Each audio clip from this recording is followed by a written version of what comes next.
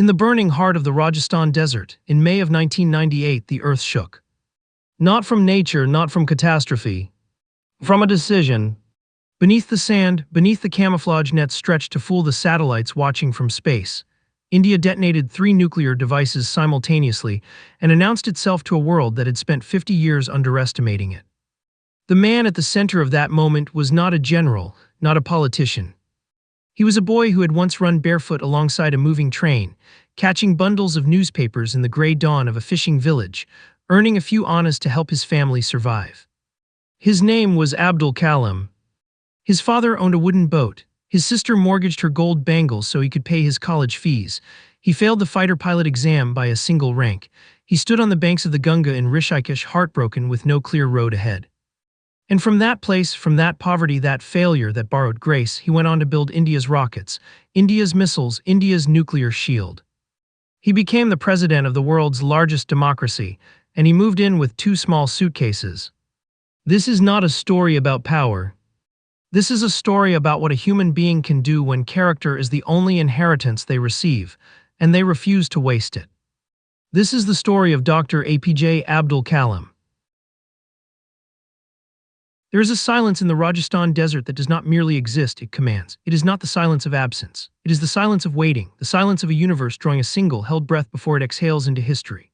In the last days of May in the year 1998, that silence spread like a living thing across the pale, wind-scoured expanse of the Thar, a desert so ancient, so indifferent to the ambitions of men, that it had swallowed empires whole and returned only sand.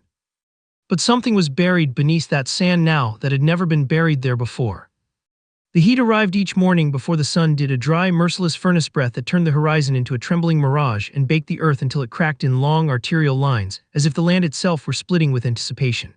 Temperatures climbed past 50 degrees Celsius. The air smelled of minerals and dust, of something ancient and something terrifyingly new. Camouflage nets, thousands of square meters of them, were strung across the terrain with meticulous precision, positioned not merely to hide what lay beneath but to deceive an eye in the sky. The all-seeing, unblinking eye of American KH-11 reconnaissance satellites, which orbited the Earth in their cold, clinical silence and photographed the subcontinent with the detached thoroughness of a forensic examiner. India had been watched before, India had been warned before, but this time India was ready to stop asking for permission. The site was called Pokhran. The operation was called Shakti, a Sanskrit word that does not translate cleanly into any other language, because the languages that might contain it were formed later, built upon the foundation of the very concept it represents. Shakti, divine power, the primordial energy from which all creation springs and to which all destruction ultimately returns. The word the ancient sages used to describe the force that holds the cosmos together. The word that India chose, in May of 1998, to announce itself to a nuclear world that had spent 50 years treating it as a peripheral concern. And standing at the heart of it all, lean, calm, his silver-white hair swept back from a face that had spent decades being weathered by the winds of ambition and setbacks and quiet, relentless purpose, was a man named Avul Pakir Jainulabdin Abdul Kalam. He did not look like a man who was about to change the world. He never did. That was perhaps the most extraordinary thing about him. In an age of decorated generals and grandiloquent politicians, of power brokers who wore their authority like armor and filled every room they entered with the noise of their own importance, Dr. Kalam moved through spaces like a thought, quiet, penetrating, impossible to stop once it had begun. His eyes, behind those thick-framed spectacles that would become as iconic as the man himself, carried a quality that defied easy categorization. Equal parts warmth and steel, the gentleness of a scholar and the absolute certainty of a visionary who has seen something that others have not yet been permitted to see. In the days leading up to May 11th, the Pokhran test range had been transformed into the most carefully maintained secret in the history of the Indian Republic. Army engineers worked only at night, moving equipment in darkness, parking vehicles under trees during daylight, ensuring that from 35,000 feet above the Earth's surface, nothing appeared to have changed. The scientists and the military personnel who occupied the site moved with a disciplined quietness that felt almost spiritual, as though they understood, without needing it to be spoken aloud, that they were participants in something that would outlast them all. Dr. Kalam had been given the title that history would confirm as perfectly chosen, the chief coordinator of the Pokhran Roman II tests, the architect of Shakti. But those who were present with him in those final hours before detonation would later speak not of a man drunk on the power of what he had created, but of a man who seemed to exist in a state of concentrated stillness, praying perhaps in the private language of a scientist, which is the language of variables and outcomes, of the immense weight of responsibility for what energy, once unleashed, can never be called back. At 3:45 in the afternoon on the 11th of May 1998, the earth beneath the Rajasthan desert moved. Three underground shafts, three simultaneous detonations, the ground buckled, a column of dust and earth rose into the sky. Seismographs around the world registered a tremor that scientists in other nations scrambled to explain. And in that moment, in the zero point 0.2 seconds it took for the shock wave to move through the crust of a 5,000-year-old civilization, India became a confirmed nuclear weapons state, and a boy who had once run barefoot through the salt air of a temple town on the southernmost tip of the Indian subcontinent became the man whose name would be inseparable from that announcement. But to understand what Pokhran meant, to truly comprehend the weight of what was achieved in that desert on that blazing afternoon, you must go back. You must travel south across the length of this vast country, across the red soil of the Deccan and the rice paddies of Tamil Nadu, past the ancient temples and the mango groves, past the coconut palms bending in the warm wind off the ocean, all the way to the very edge of India, where the land runs out and the sea takes over, and where in a small salt-washed island town that smelled perpetually of fish and jasmine and the iodine tang of the open ocean, the story of one of India's most extraordinary sons truly begins. Rameswaram is not merely a place. It is an idea made physical, a convergence of land and sea, of the sacred and the everyday, of the ancient and the eternal. It sits at the southern tip of the Pamban Island, connected to the Tamil Nadu mainland by a bridge that, when it was built, seemed almost miraculous in its audacity, a thread of stone and steel thrown across the churning waters of Palk Bay as if to say, even here at the edge of everything we will build. Even here we will persist. The Palk Strait on one side, the Gulf of Mannar on the other, and between them this island, this town, this crossroads of pilgrimage and commerce in the tidal rhythms of the sea. The Ramanathaswamy Temple, one of the 12 sacred Jyotirlingas of the Hindu faith, rises from the heart of Rameswaram like a stone declaration of devotion. Its towering gopurams carved with 10,000 figures from the epics, its corridor the longest in the world, its inner sanctum smelling of camphor and flowers and the accumulated prayers of 10 centuries. It is said that Lord Rama himself stopped here, on his way south to Lanka, and worshipped the Shivalinga that still stands in the temple's holiest chamber. To grow up in Rameswaram was to grow up in a place saturated with the sacred. Pilgrims arrived by the thousands from every corner of India, from every language, every caste, every economic circumstance, and the town absorbed them all with the equanimity of a place that has been receiving the faithful for a very long time. Fishermen cast their nets in the gray hours before dawn. Temple bells rang at intervals through the day, their resonance rolling out across the water and dissolving into the sound of the waves. The air tasted of salt and smelled of sandalwood, and above everything always the vast and democratic sky, the same sky that would one day obsess a boy who sat beneath it and wondered what lived beyond the clouds. It was into this world, fragrant, ancient, and rhythmically beautiful, that Aval Pakir Jainulabdin Abdul Kalam was born on the 15th of October, 1931. His father, Jainulabdin, was a man of profound and unpretentious dignity. He was not educated in any formal sense, the walls of school and college had not framed his life, but he possessed the deep, unassailable wisdom of a man who had lived honestly, loved generously, and worked with his hands and his conscience in equal measure. Jainulabdin made his living from the sea not by fishing, but by ferrying Hindu pilgrims across the waters of the straits, carrying them in his wooden boat from the mainland to Rameswaram's sacred shores and back again. His boat was not large. Its timbers were weathered to a soft gray by years of salt water and sun. It rode the waves with the gentle confidence of something that had made its peace with the ocean. There is something profound in that image. A Muslim man, in the decades before partition, had fully hardened the boundaries between communities, earning his daily bread by carrying Hindu pilgrims to one of the holiest temples in South India. Jainulabdin never spoke of this as remarkable. To him, it was simply what one did. Service was service. A human being in need of transportation was a human being in need of transportation, regardless of the prayers they intended to offer on the other shore. This was not a philosophical position he had reasoned his way toward. It was something deeper. It was character, bone-deep and effortless, transmitted to his son without lectures or formalities, passed on the way music is passed, not through instruction but through immersion, through living in the presence of it until it becomes the only way you know how to breathe. The Kalam family home was a modest structure, a pucca house of brick and lime in the older part of the town, furnished with the clean simplicity of people who have chosen sufficiency over excess. It was a home where the dinner table was shared with whoever needed to eat, where the doors were not closed against the night, where prayer was not performance but an intimate daily conversation with the Almighty. Jainulabdin prayed 5 times a day, but he also walked his son to the Ramanathaswamy temple, where the young Kalam's closest friends were Hindu boys from the neighborhood. Ramanatha Sastri, the son of the temple's head priest, Aravindan and Sivaprakasan, children of the streets and the seashore. Together they ran through the narrow lanes of Rameswaram in a small, happy, noisy republic of childhood that was entirely indifferent to the adult world's interest in separating people by the name they called God. The young Callum had 3 elder siblings and 1 elder brother, a household full of voices, of the noise of ordinary living, of hand-me-down clothes and shared meals, and the particular tenderness that runs through families who do not have very much but know very well the value of what they do have. His mother, Ashiema, a name as warm and round as the Woma, and herself was the center of this household's emotional gravity. She possessed an intuitive understanding of her children that required no words, a love that expressed itself in the smell of rice cooking and the feel of a hand on a forehead, and the specific quality of attention she gave each child that made each one feel separately and completely that they were the most important person in the world. In 1939, when Callum was 8 years old, something happened that would quietly alter the course of his inner life. The Second World War had broken out in Europe, and its distant tremors were rearranging supply chains and transportation networks across the British Empire. The train service through Rameswaram was discontinued, or rather, the trains would no longer stop at the town's station. They would slow but not halt, passing through at reduced speed and throwing parcels and newspapers from the open doors. Someone needed to run alongside the moving train, catch the bundles before they hit the ground, and distribute them to the waiting agents along the route. That someone was the young Abdul Kalam. Every morning before school, in the pale, uncertain light that precedes the Tamil Nadu sunrise, he ran.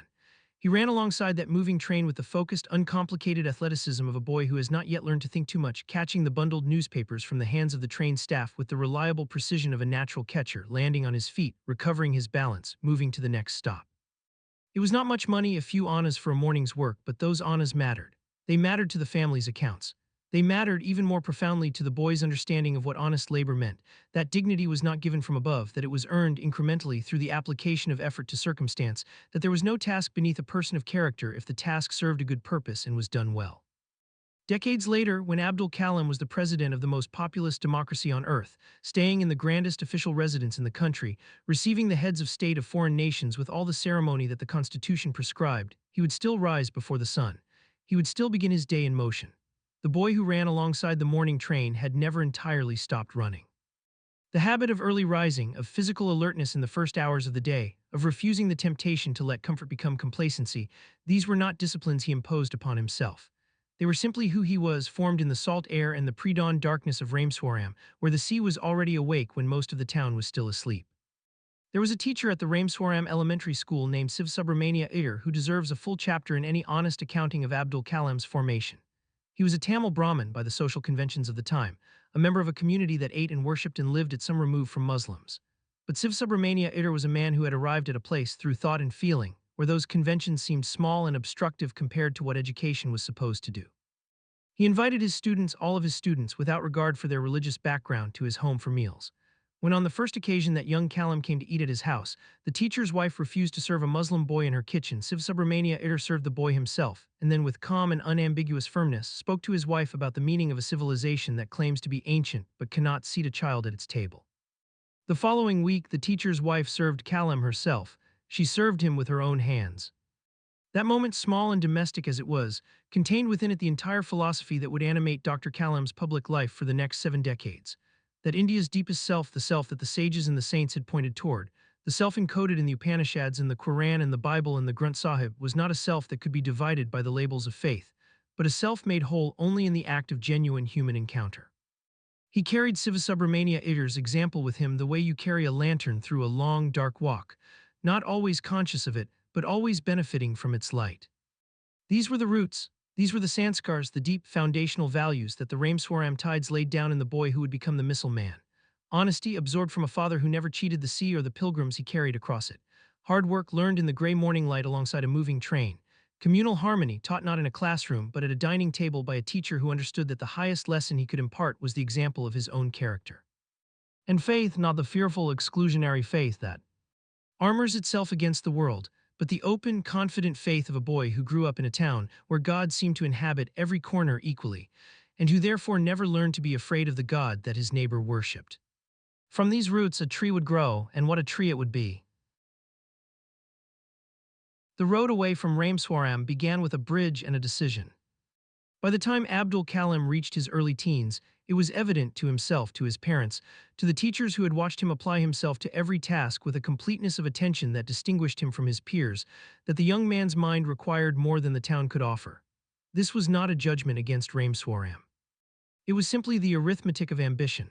Certain sizes of dream require certain sizes of horizon, and Callum's horizon, even then, was already reaching beyond what the Palk Strait could contain. He transferred to the Schwartz High School in Ramanathapuram, a town on the mainland accessible now that the bridge had been built, but still representing a significant geographical and emotional departure for a boy who had never been very far from home. The school was named after a Danish Christian missionary, Frederick Schwartz, who had established educational institutions in South India 2 centuries before, and it carried in its history that characteristic Indian capacity for absorbing different traditions and making them somehow its own. The curriculum was rigorous. The teachers were demanding. And Callum, who had learned from Jainulabdin that every effort given deserves to be a full effort, met the rigor and the demands with the full force of everything he had. Mathematics claimed him early, physics took him next. These were not subjects he studied, they were languages he discovered that he had always secretly been capable of speaking.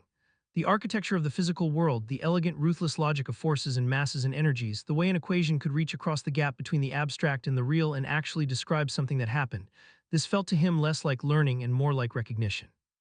Like the experience of hearing a piece of music and realizing, with some shock, that you had always known this melody, that it had been playing somewhere inside you all along. After Schwartz High School came St. Joseph's College in Tiruchirappalli, where he pursued a bachelor's degree in physics. Tiruchirappalli, Trichy as everyone called it, was a city of different dimensions from Rameswaram. It had factories and commerce and a cosmopolitan noise that the island town lacked. It had the great rock fort temple rising improbably from a single massive outcrop of granite, and the river Kaveri running through its middle, and the particular energy of a place where students gathered from across the region and brought their different ambitions and backgrounds into productive collision. At St. Joseph's, Callum began to understand something about himself that would shape his career and his leadership style more profoundly than any technical knowledge he would later acquire. He was not the kind of scientist who was happy to be alone with his equations. He was constitutionally oriented toward people, toward the communal project of science, toward the electricity that moved through a group of minds working together on a problem that no single mind could solve. He liked the conversations in the dormitory corridors after dinner. He liked the arguments in the library. He was the kind of student who, even while putting himself entirely into his own work, seemed to have an antenna continuously tuned to the frequency of those around him, absorbing their struggles, their insights, their moments of breakthrough. But it was the Madras Institute of Technology, MIT, as it was universally called, the institution of MIT Crumpet in Chennai, that truly set the fire ablaze. He arrived at MIT in the early 1950s to pursue aeronautical engineering, and from the first moment he walked into the workshops where actual aircraft were disassembled and reassembled, where the principles of lift and thrust and drag were not abstractions but physical realities you could reach out and touch, he knew he had found his element, the smell of machine oil and metal, the industrial sound of workshops in operation. The sight of aircraft in various states of completion, their exposed frames like the revealed skeletons of enormous birds. But MIT was also where sacrifice took a human face. His sister Zohara was not educated beyond a certain level, the way many women of her generation were not, in a country and a time that was still in the process of arguing with itself about what women were owed. But she was sharp and deeply practical, and she had an absolute, unquestioning faith in her younger brother's destiny that she had carried since childhood. When the fees for MIT became an obstacle, when the gap between what the family could provide and what the institution required became too wide to simply wish away, it was Zohara who mortgaged her gold bangles. Let that settle for a moment, let the full weight of that gesture land. A woman's gold jewelry in India is not merely an ornament, it is security, it is the thing sh. He carries into her marriage the resource she can call upon in a crisis, the tangible measure of her family's care for her future. For Zohara to take off her gold bangles, to carry them to a moneylender and lay them on a counter in exchange for the money her brother needed, was not a small act of domestic generosity. It was a self-deprivation undertaken in absolute love, a bet placed on a younger sibling's potential with the most personal currency she possessed. Abdul Kalam would speak of Zohara's sacrifice for the rest of his life. He would return to it again and again in speeches and in writing and in private conversation, with a consistency that made clear it was not a rhetorical device but an actual wound, a wound that had been transformed over time not into bitterness but into obligation. He felt for the whole of his life that he was living on borrowed grace. That the achievements that bore his name carried within them always the silent inscription of his sister's sacrifice. That success was not merely personal but relational, that it was owed to those who had funded it, in whatever currency they had available. He graduated from MIT with distinction in aeronautical engineering, and the future seemed to offer two clear pathways, the Indian Air Force or scientific research. Kalam chose the Indian Air Force, or rather he tried to. He applied, went through the rigorous selection process, and made it all the way to the final assessment at the Air Force Selection Board in Dehradun. He was fit, qualified, and burning with the ambition of a young man who had spent the last several years studying the science of flight and could not imagine anything more thrilling than actually doing it. He ranked ninth in the final selection. 8 candidates were selected. He missed by a single position, one rank, in an outcome so narrow, so cruel in its precision that it would have been perfectly designed to break a lesser spirit. The fighter pilot's uniform would not be his. The cockpit would remain someone else's domain. All those years of aeronautical theory, all that morning light ambition, for nothing, it seemed, in that moment of crushing finality in Dehradun. What Kalam did next is one of the defining chapters of his inner biography. He went to Rishikesh. Perhaps he was drawn there by the fact that it was close. Rishikesh sits in the foothills of the Himalayas, not far from Dehradun, or perhaps by some older, deeper instinct that sends a person in their darkest hour toward water and mountains, and the kind of landscape that makes personal disaster feel, briefly, appropriately small.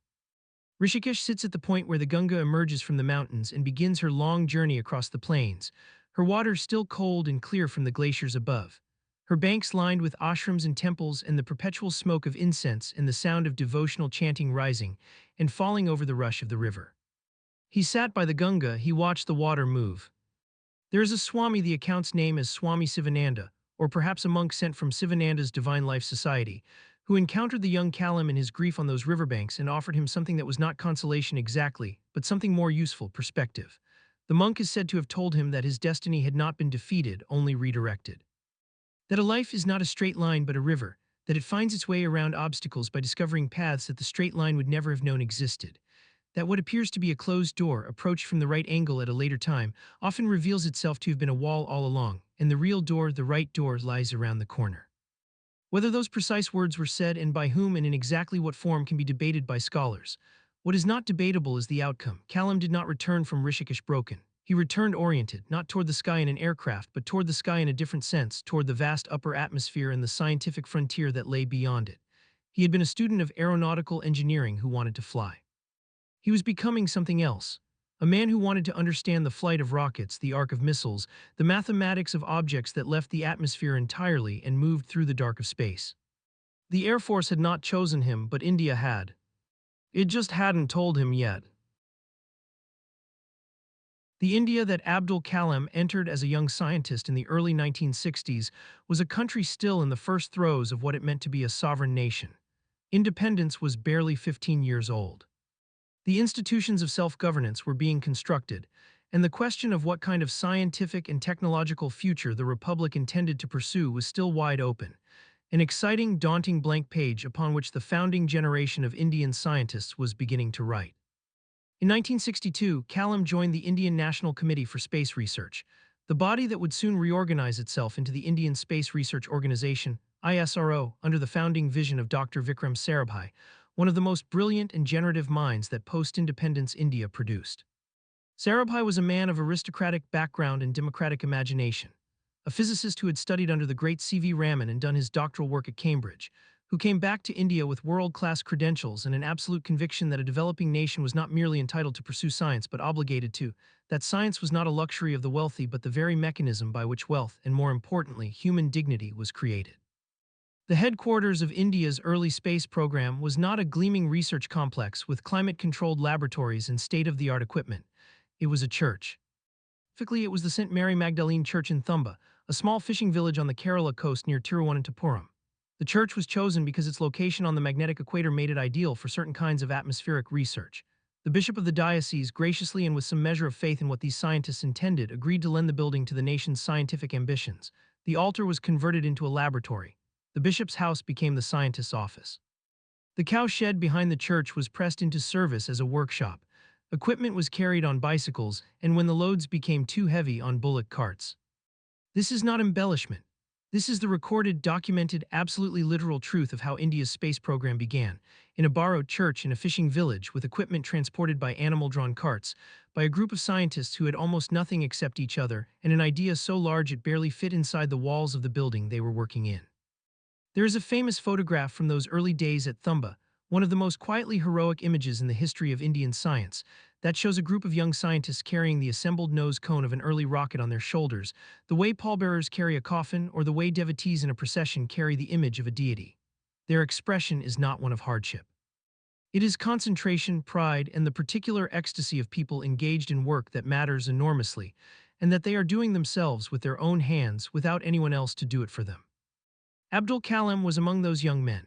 He was among those who loaded and unloaded equipment, who worked through tropical nights with ceiling fans moving the thick Kerala air above their heads, who solved problems with improvisation and ingenuity because the budget for elegant solutions did not exist. In those years, he developed what would become one of his most distinctive professional qualities, the capacity to work brilliantly within severe constraints. He never learned to be careless with resources because he had begun his career in a time and place where there were almost none. The scientist who would later oversee India's missile program, who would preside over projects worth hundreds of crores of rupees, began his career by calculating how to do the necessary work with next to nothing. Vikram Sarabhai saw early what Kalam was. He saw in the young engineer from Rameswaram not merely a capable technician but a person whose intelligence was integrative, who could see the connections between things, who understood that a rocket was not merely a machine but a system, and that a system's worth was not the sum of its parts but the quality of the relationships between them. He sent Kalam to NASA's Langley Research Center in Virginia for training in 1963, and the young Indian scientist walked through those laboratories with the careful attention of a person who understands they are learning things they will need to teach to a nation. He came back, he always came back. That was another essential thing about him, that no matter how far the work took him, no matter what the world beyond India's borders offered, the direction of his ambition was always homeward. He was not building a career, he was building something for India. The 1970s brought the project that would make or break everything, the satellite launch vehicle SLV-3, India's first indigenous attempt to build a launch vehicle capable of placing a satellite in orbit. The work was enormous in scope and national in importance, and Kalam was appointed its project director, a responsibility that required him to be simultaneously a scientist, an administrator, a motivator, a problem solver, and a man capable of absorbing the anxiety of a team without allowing it to become his own. For years, the team worked. The SLV-3 was built component by component, tested subsystem by subsystem, its development proceeding with all the thrilling uncertainty of a project being attempted for the first time by people who had never done it before. And in July of 1979, the vehicle was ready. On the morning of the launch, everything went wrong.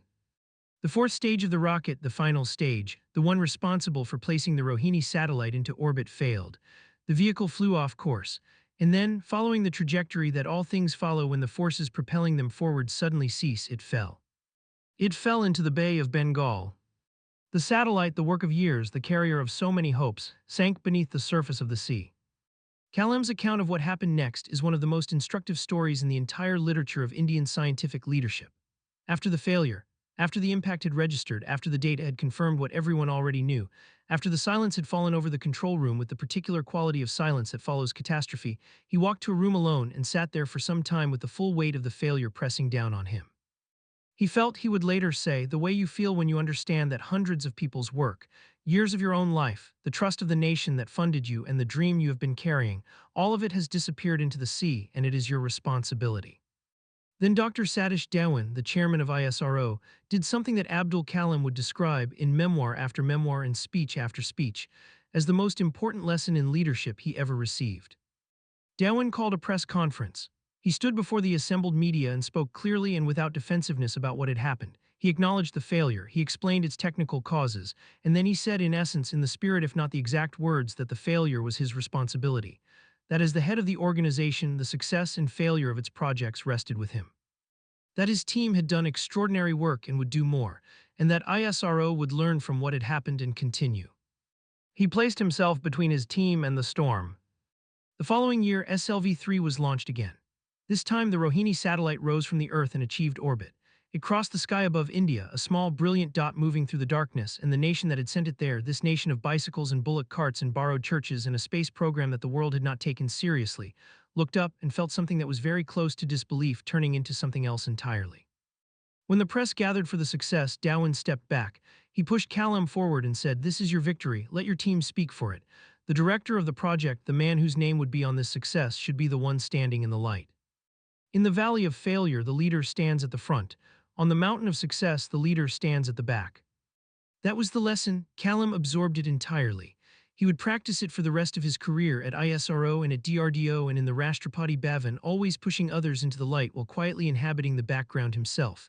He never forgot where the light belonged. He had been taught by a master. If the SLV-3 success was the moment that confirmed India's capacity for space science, the years that followed would demand something different and, in certain ways, more contested: the capacity to defend itself. Dr. APJ Abdul Kalam moved from ISRO to the Defense Research and Development Organization, DRDO, in 1982, carrying with him the accumulated knowledge and credibility of his rocket work and taking on a challenge that was, if anything, even larger: the Integrated Guided Missile Development Program, which became known by its acronym IGMDP. The world of 1982 was a world ordered by the Cold War's iron logic. Two superpowers glowered at each other across a globe divided into spheres of influence, and nations like India, large, sovereign, non-aligned, possessed of a strategic geography that made everyone nervous and no one comfortable, occupied a peculiar position. India had fought wars. India had lost men and territory. India had neighbors with missiles. And India, for all its ancient cultural grandeur and its democratic aspirations, did not yet have the weapons systems required to defend itself against the full range of threats it faced. The IGMDP was the response. It was not a single project but a family of projects, 5 missile systems, each designed to address a different aspect of India's defensive requirements, each drawing on and pushing forward the boundaries of Indian scientific and technological capability. Prithvi, the surface-to-surface missile; Agni, the ballistic missile that would become the most consequential; Trishul, the short-range system; Akash, the medium-range system for air defense; Nag, the anti-tank guided missile. Together, they represented the most ambitious program of weapons development in independent India's history. And Kalam was at the center of all of it. To understand what the IGMDP required of Kalam, you must understand the environment in which it existed. The Western nations, particularly the United States, were deeply uncomfortable with the idea of India developing its own missile technology. The Missile Technology Control Regime, established in 1987, placed significant restrictions on the transfer of technology and the provision of assistance for missile programs. American pressure on India's missile development was sustained and at times substantial. Import restrictions were imposed. Access to certain materials and technologies was blocked. The global establishment of missile nonproliferation treated India's aspirations for self-sufficiency in defense as something to be managed and contained. India proceeded anyway. This is the part that the comfortable histories sometimes allied the imperial defiance of it, the refusal to accept that the sovereign right to defend oneself was something that required the permission of nations that had spent the previous 2 centuries colonizing and extracting from the world. Kalam never spoke of this defiance loudly. He was not a man for rhetorical nationalism. But in the laboratories of Hyderabad and on the test ranges of the peninsula, he gave the defiance a technical reality. Indian rockets built with Indian hands, carrying Indian-designed philosophies, tested on Indian soil. There is another dimension to the Kalam of these years that tends to be overshadowed by the scale of what he was building, the dimension of the man himself in his private life as he built it. He lived in a small government quarter in Hyderabad. The quarter was modest by any measure, a few rooms simply furnished. He owned very little beyond his books, which were arranged with the careful love of a man for whom they were the primary companions of his inner life, and his veena, the classical South Indian string instrument that he played in the evenings, the music rising from the strings and filling the sparse rooms with something that the weapons he was designing could not provide: beauty for its own sake, existing for nothing except the pleasure of existing. Consider this paradox for a moment, because it is fundamental to understanding the man. In the same hours of the same days, he was simultaneously designing weapons of tremendous destructive power and playing music on a veena in a small, quiet room. He saw no contradiction in this. He would have said, did say in various forms throughout his life, that the weapons were not the goal. The weapons were a condition. The condition under which peace, real peace, the peace of equals who respect each other's capacity, becomes possible. The veena was the goal. The music, the poetry, the children's laughter, the dawn prayer, these were what he was protecting. Agni was tested for the first time in May of 1989.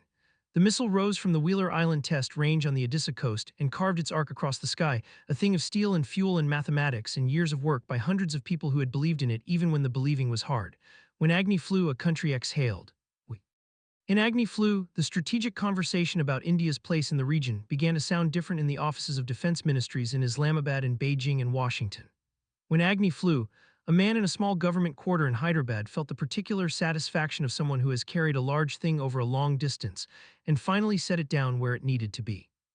The newspapers called him the Missile Man of India. The title followed him everywhere, fitting him with the comfortable exactness of a well-made garment, but those who knew him well always said that the title, accurate as it was technically, missed something essential. He was not a weapons man, he was a vision man. The missiles were the vision's most visible expression, but the vision itself was larger than any weapon. It was the vision of an India that did not need to ask anyone's permission, that stood on its own scientific and technological foundations with the confidence of a civilization that knows its own worth.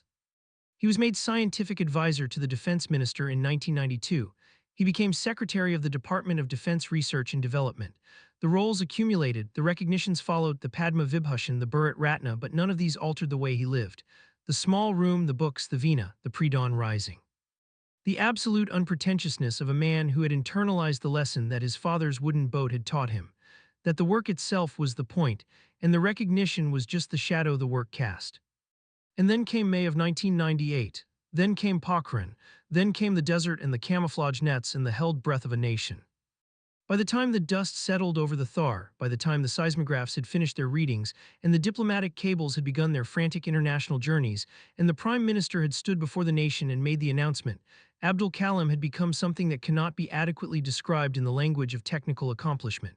He had become a symbol. A living embodiment of the argument that a country shaped by ancient wisdom and modern ambition, and the stubborn, extraordinary quality of its people could do anything it set its mind to. That the poverty and the obstacles and the global condescension and the sanctions and the restricted technology transfers had not stopped India, had never been going to stop India. That India, this vast, complicated, beautiful, maddening, magnificent country, had within it always the fire to do whatever it determined to do. The missile man had become the architect of Shakti, and now something entirely different awaited him. The Rashtrapati Bhavan is not merely a building. It is an argument in stone, an argument about power, about history, about the ambitions of empires and the dreams of republics. It stands at the crown of Raisina Hill in New Delhi, at the top of the Rajpath that stretches away to the east toward the distant shimmer of the India Gate. The presidential palace gazing down that long ceremonial avenue the way a patriarch gazes across a family gathered for a formal occasion. It was built by Edwin Lutyens for the viceroy of a colonial empire, and it was designed to express permanence, dominance, the assured confidence of a power that expected to be there forever. It has 340 rooms. It sits on 330 acres of grounds. Its red sandstone glows in the Delhi sun like a standing ember. In July of 2002, Abdul Pakir Jainulabdin Abdul Kalam, the son of a boat owner from Rameswaram, the boy who had run alongside moving trains to earn a few annas, the scientist who had lived in a small government quarter with a veena and a shelf of books, moved into the Rashtrapati Bhavan as the 11th President of the Republic of India. He came with 2 small suitcases. Let that image hold its proper weight, not the trunks of a dignitary, not the freight of accumulated possessions that decades of accumulation might be expected to produce. 2 suitcases, the belongings of a man who had spent his life so completely invested in the work that the idea of accumulating things had simply never taken root. The staff of the Bhavan, accustomed to the protocols and expectations of the office, reportedly found themselves in the presence of something they had not quite encountered before, a president who wanted to know their names. Not as a formality, not as the kind of gracious acknowledgement that powerful people perform as a social exercise, but genuinely, who are you, where are you from, what is your family like, what do you dream of for your children? He moved through the corridors of the palace that first week the way sunlight moves through a room when someone opens the curtains, not loudly, but completely, reaching into every corner. He transformed the state rooms that had always been the preserve of formal ceremonies and official visitors into spaces for children. He invited schoolchildren, thousands of them, from government schools and ashram schools, from the tribal communities of Jharkhand and the fishing villages of Gujarat and the tea gardens of Assam, into the Rashtrapati Bhavan. He sat with them on the lawns and ate with them at long tables and asked them what they wanted to become. And he listened to their answers with the full, undivided attention of a man who believed that what a child says they want to become is one of the most important things a civilization can collect and protect. His vision for these children was codified in a book he had already written, India 2020, A Vision for the New Millennium, and it was a vision of breathtaking optimism. Not the optimism of ignorance, not the feel-good optimism that papers over reality with pleasant assertions, but the demanding optimism of a man who had spent his life turning difficult things into actual things. He imagined an India that by the year 2020 would be a developed nation, not merely by the cold arithmetic of GDP, but by the warmer measures of human flourishing. Food security, good health infrastructure, education available to every child regardless of where they were born, the technological capacity to solve their own problems and contribute to the world's. The India 2020 vision was built on 5 pillars: agriculture and food processing, reliable and quality electric power for all, education and healthcare, information and communication technology, and self-reliance in critical technologies. Each pillar reflected something Kalam had learned from experience, that development is not an event but a system, and that a system without all its pillars will fall. His interaction with children was not presidential performance. It was the closest thing to pure joy that those who observed him regularly reported seeing on his face. He had no children of his own, he never married, a choice made not from indifference but from the kind of total professional devotion that leaves no room for the competing devotions that family requires. But the children of India were, in some sense that was not metaphorical but felt entirely real to him, his own. He said, and everyone who heard him say it understood he meant it completely, that a developed India was the only legacy he cared about leaving. He gave books away constantly. He signed them and gave them to children he met in the Bhavan and on his travels. The books he gave most often were his own Wings of Fire, Ignited Minds, the luminous sparks, but also the books of others, poetry, science, history, anything that might ignite in a young mind the particular flame that had been ignited in him on those early mornings in Rameswaram when the newspaper bundles flew from the moving train and the world was still full of possibilities that had not yet declared themselves. He wrote poetry in Tamil, in Urdu, in English.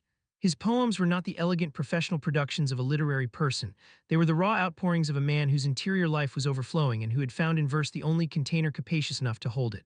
The poems spoke of the stars, of the children, of God understood as the force that moves through all things and recognizes no boundaries between those things.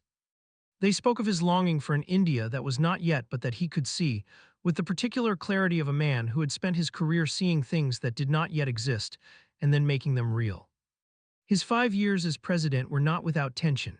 He was a scientist and a visionary occupying a largely ceremonial constitutional role, and there were moments when the constraints of that role chafed against the scale of his ambitions.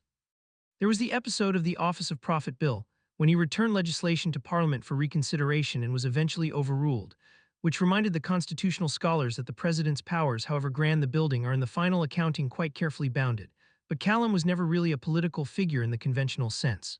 He did not play those games, not because he was naive about how they were played, but because they simply did not interest him. He had other things to do. He left the Rashtrapati Bhavan in 2007 the same way he had entered it, quietly, with his 2 suitcases, with the same quality of self-possession that had characterized every transition of his life, and with his eyes already on what came next. What came next was teaching. He spent his post-presidential years not in the comfortable semi-retirement that the office of former president might have been expected to provide, but in a state of intense, almost ferocious professional engagement. He taught at multiple universities and institutions simultaneously. He gave lectures. He wrote books. He participated in international forums on science and education and peace. He met young people everywhere he went and gave them the same things he had always given: his full attention, his honest assessment, and his absolute conviction that they were capable of more than they knew. He lived in a small house in New Delhi and later spent time at the Rajagopalachari house in Rameswaram during his visits home. He wore the same simple clothes, khadi kurtas, the thin cotton suits that had been his uniform since his DRDO days. He continued to receive no special dispensation for ease or comfort. The national security detail that accompanied former presidents was maintained, but Callum moved within it the way a clear river moves through a canal, entirely itself, indifferent to the channel's constraints. He would wake before 4 in the morning, pray, and begin the work. Always the work. Always still the feeling that there was more to do than the day would contain, that the children were waiting, that the questions were waiting, that the future, India's vast, magnificent, still unwritten future, was waiting for the contribution that only he could make. Shillong wears its altitude like a quiet dignity. The capital of Meghalaya, the abode of clouds, as the state's name translates, sits in the hills of northeastern India at an elevation that gives the air a quality different from the plains, lighter, cooler, carrying the particular clarity of places that are above most of the weather rather than inside it. Pine trees line the ridges. The hills roll away in every direction in shades of green so varied and deep that they seem to be a catalogue of the color itself. The city has the feel of a place that does not hurry, that has arrived at some accommodation with time that most cities never manage. On the 27th of July, 2015, Dr. APJ Abdul Kalam arrived in Shillong. He was 83 years old. He moved more slowly than he once had, with the careful deliberateness of a man who is aware that the body has its own mathematics and that those mathematics in their later expressions require acknowledgement. But his mind, by every account of everyone who was with him in those final days, was as it had always been: alert, curious, reaching forward, interested in the world and in the people in it. He had been invited to deliver a lecture at the Indian Institute of Management, Shillong. The topic was, and take a moment to absorb the particular beauty of this fact, the exquisite rightness of it, the topic was the livable planet. He had been thinking about the environment, about the long-term future of the Earth that humanity shared, about the civilizational responsibility to the generations not yet born. He was, in other words, doing what he had always done, standing at the edge of the future and describing what he could see, inviting others to look. He began his lecture. He spoke, as he always did, with warmth and directness, looking out over the assembled students, young people, the kind of young people he had been investing in for the last 60 years of his life, the kind whose potential he believed in with an ardor that had never cooled. He spoke of the planet, of the responsibility of the educated to think beyond their own lifetimes, of the India that could be and the world that could be if the people in that room chose to make it so. And then, approximately 20 minutes into the lecture, in the middle of a sentence about the future of this living world, Dr. Abdul Kalam collapsed. He was taken to Bethany Hospital immediately. Every effort was made.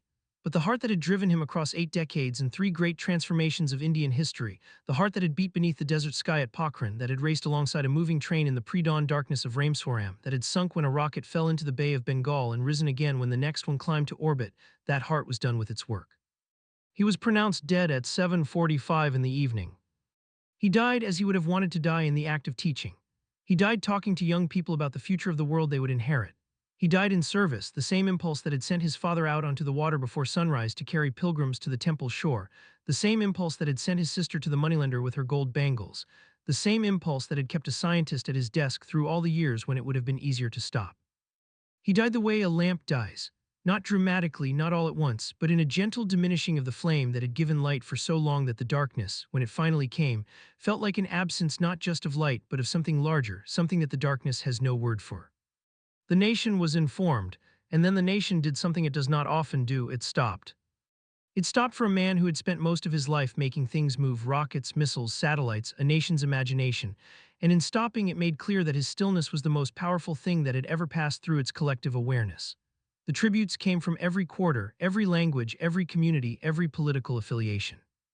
They came from world leaders and from schoolchildren in government schools who had met him once and never forgotten the quality of attention he had given them. They came from scientists and from fishermen, from generals and from poets. His body was flown from Shillong to Gauhati, then to Delhi, then to his hometown of Rameswaram, where the tides of the Palk Strait continued their patient, uninterrupted work, as they had always done, as they would always do, and where the island received back into its earth the boy who had once run alongside the morning train in its salt-flavored light. He was buried with full state honors at Pay Karambu Ground in Rameswaram on the 30th of July, 2015. Thousands came to see him home. There is a particular kind of greatness that announces itself in the world with trumpets and declarations, that fills newspapers on the day it arrives and continues to fill them for the days and months that follow, that is immediately and universally legible as greatness. This is the well-understood variety, the kind that history has always known how to record. And then there is the other kind. The other kind grows from the ground up. It is made not of a single brilliant moment but of 10,000 ordinary ones: the early rising, the sustained effort, the willingness to fail in public and continue in private, the refusal to let the opinions of the comfortable limit the ambitions of the possible. This other kind of greatness is harder to see when it is happening. It looks from the outside like simply a person going to work. It sounds from the outside like simply a man giving another lecture to another group of students. It feels, to the person embodying it, like simply continuing to do the work, because the work is not finished, because the work is never finished, because the nature of the work is such that it was always going to outlast the person doing it. Dr. APJ Abdul Kalam was the second kind of great. He was born into a world that gave him almost nothing: no wealth, no connections, no privilege of birth that might ease the journey between Rameswaram and relevance. What he was given was the thing that the wealthy and the connected cannot buy and the powerful cannot manufacture: character. The absolute character of a man whose father had taught him without a single formal lesson that the highest human activity is service, and that service requires neither an audience nor a reward to justify itself. From that beginning, from those tides and those newspaper runs and that borrowed church and that borrowed grace of a sister's gold, he built a life that reshaped his nation's relationship with what it was capable of doing. He gave India its rockets. He gave India its missiles. He gave India, in the burning May of 1998, the nuclear reassurance that changed the strategic mathematics of the entire subcontinent. He sat for 5 years in the grandest house in the country and never stopped being the man from the small room in Hyderabad with the books and the veena. But perhaps the most enduring thing he gave India was not any single weapon or spacecraft or policy position. Perhaps the most enduring thing was the quality of his attention, the way he looked at a child and communicated without words, without ceremony, without any of the elaborate apparatus that adults use to signal their importance, that this child mattered, that this child's dream mattered. That this child's future was not a small, marginal concern, but the central, urgent, irreducibly important purpose of everything that a civilization like India's claimed to be about. He wrote in Wings of Fire, the autobiography that a generation of Indians grew up reading, that to succeed in life you need three things: a dream, a fire, and a guide. He had all three. His dream was an India that could look any nation on earth in the eye as an equal. His fire was the absolute, lifelong conviction, never moderated by failure, never inflated by success, that the dream was achievable. And his guides were everywhere. In his father's wooden boat, in Sivasubramania Iyer's kitchen table, in Satish Dhawan's quiet assumption of responsibility after the SLV-3 fell into the sea, in the Swami by the Gunga who told a heartbroken young man that the river finds its way around the stone. He told the young people of India to dream. He said it so many times in so many different ways that the words could have become a slogan, could have hollowed out into the kind of inspirational noise that is produced so abundantly in our age that it has lost all nutritional value. But from him, the words never lost their weight, because he was not asking others to dream something he had only imagined. He was asking them to dream the way he had dreamed, with the discipline of an engineer, the faith of a believer, and the unstoppable forward motion of a rocket that has left the atmosphere and entered the silence of space, where there is no friction, no resistance, no force capable of slowing what has been properly launched. He was the boy who sold newspapers. He was the man who wrote India's nuclear future. He was the president who invited children onto the lawns of the imperial palace and sat with them in the grass and asked them about their dreams with the earnestness of someone who had never lost faith in the capacity of a dream to become, if properly tended, a reality. He was the scientist who prayed 5 times a day and played the veena in the evenings and read poetry in multiple languages and understood, with a wholeness of comprehension that the narrow specialists of the world rarely achieve, that the scientific and the spiritual are not opponents but partners. Two expressions of the same ancient human drive to understand the truth of things and to act, in accordance with that truth, for the good of all. The Dharma, the cosmic law, the right order of things, the duty that a person of gifts owes to the world that gave them, is not abstract in the story of Abdul Kalam. It takes very specific, very human shapes. It looks like a boy running alongside a moving train in the gray Rameswaram dawn. It looks like a young scientist loading a rocket nose cone onto his shoulders in a borrowed church. It looks like a president kneeling on the lawn of the Rashtrapati Bhavan to hear what a child from a government school in Jharkhand has to say. It looks like an 83-year-old man standing at a lectern in Shillong, 20 minutes into a lecture about the future of this livable planet, still teaching, still giving, still burning with the fire that was lit by the tides of the Danish-Koti Sea, and that no ocean, no desert, no decade, no failure, no summit, no weight of mortal years was ever able to extinguish. The fire did not die with the man. This is the thing that the story of Abdul Kalam ultimately insists upon, and it insists upon it not as a consoling fiction but as a literal, verifiable truth. The rockets still fly, the missiles still stand sentinel.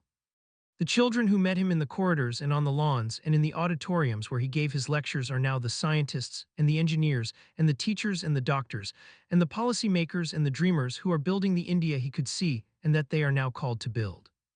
He deposited something in each of them, a specific kind of belief in their own potential, a specific quality of ambition that is not aggressive or self-serving but that is oriented outward, toward the common good, toward the India that is not yet but that the Dharma of this civilization demands must be.